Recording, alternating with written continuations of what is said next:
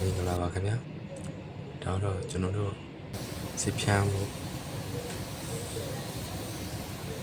ငင်းတို့စစ်ဖြန်းပြတော့ပါလား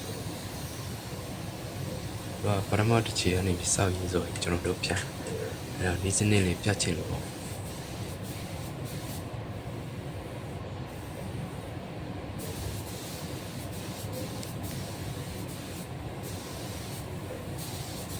ကို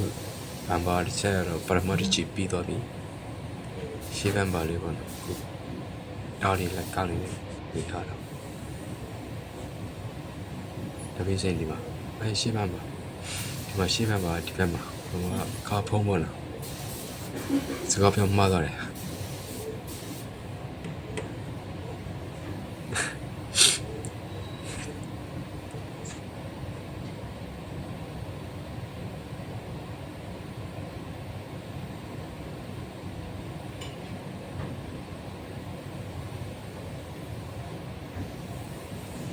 ကိုကျွန်တော်တို့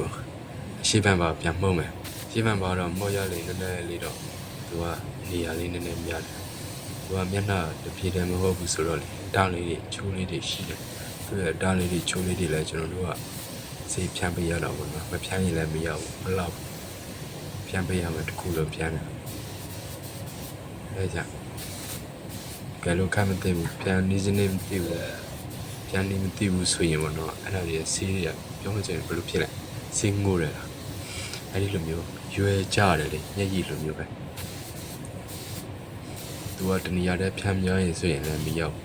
မြန်လို့လည်းအဆင်မပြေဘူးနေလို့လည်းမရောက်နေများရင်တော့အဲ့ဒီစေးရိုးတာများတော့ပေါ့နော်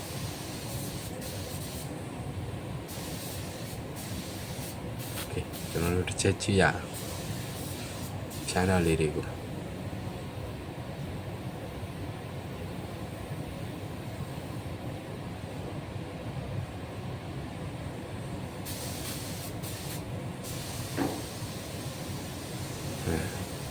ါတော့ပရမတ်တစ်ချီပြီးနေပြီပေါ့နော်ကျွန်တော်တို့နားနဲ့ဒုတိယတစ်ချီပြန်ကြည့်မယ်